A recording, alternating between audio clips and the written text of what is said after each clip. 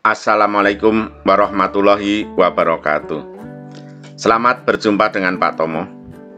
Kali ini kita akan membahas tentang cerita pendek atau cerpen. Cerita pendek atau cerpen termasuk karya fiksi ya, bukan fakta, yang terdiri kurang dari 10.000 kata. Ya, jadi kalau cerita pendek itu ceritanya kurang dari 10.000 kata. Bisa nggak ngarang 10.000 kata? Nah, cerpen itu langsung tamat dalam satu penyajian. Jadi nggak bersambung ya. Cerpen itu langsung selesai, satu kali cerita langsung selesai. Kalau nggak selesai, namanya cerita bersambung, bukan cerpen ya. Nah, isi cerita berupa kejadian sehari-hari, bukan tentang raja-raja atau tentang binatang, itu bukan, tapi kejadian sehari-hari. Tokoh dalam cerpen mengalami masalah dan penyelesaian masalah atau endingnya saat itu juga, jadi nggak bikin penasaran, langsung selesai pokoknya. Jadi saat itu juga dalam satu penyajian sudah endingnya udah ketahuan, sudah selesai, sudah tamat ya. Nah, dalam cerpen itu ada unsur-unsur intrinsik, unsur dari dalam cerita itu sendiri.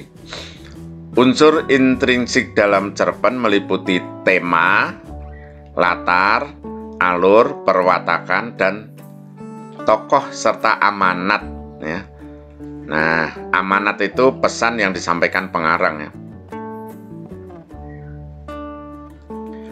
Latar terdiri dari latar tempat, latar waktu, dan latar suasana. Misalnya, pada pagi hari ayam jantan berkokok, berarti itu ada latar waktu. Ya. Keluarga itu sedang sedih memikirkan anak yang belum sembuh dari sakitnya, berarti latar suasana. Nah, alur terdiri dari alur maju, alur mundur, dan campuran.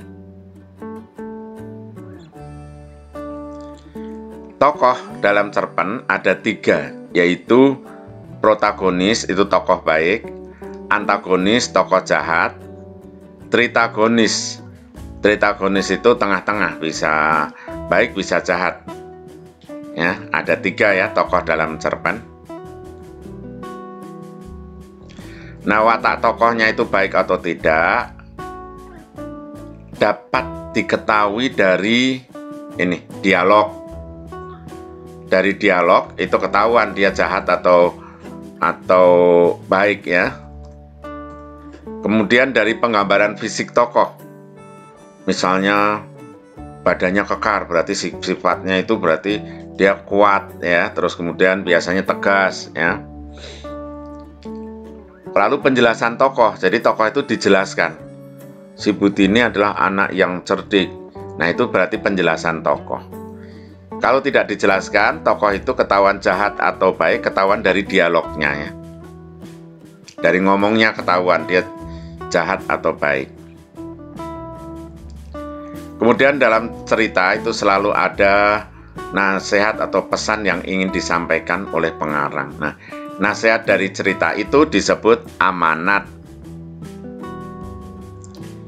Kemudian dalam cerita itu ada unsur dari luar cerita. Unsur dari luar cerita disebut unsur ekstrinsik. Unsur ekstrinsik itu misalnya latar belakang kehidupan pengarang. Pengarangnya itu misalnya dari keluarga yang galak misalnya. Nah, itu mempengaruhi hasil karyanya.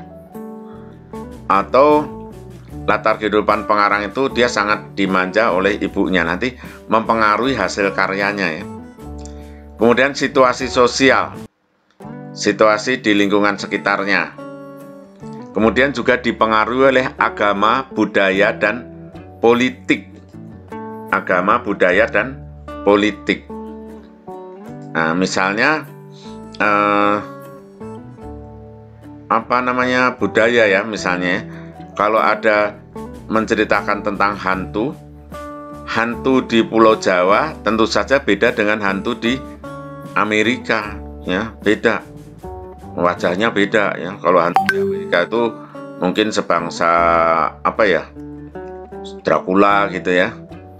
Kalau hantu di Cina mungkin orangnya lompat-lompat. Nah, tapi kalau hantu di Indonesia atau di Pulau Jawa beda lagi ya. Nah, itu jadi cerita dipengaruhi oleh budaya. Baik, sampai sini dulu penjelasan Pak Tomo. Mudah-mudahan jelas ya. Terima kasih. Assalamualaikum warahmatullahi wabarakatuh.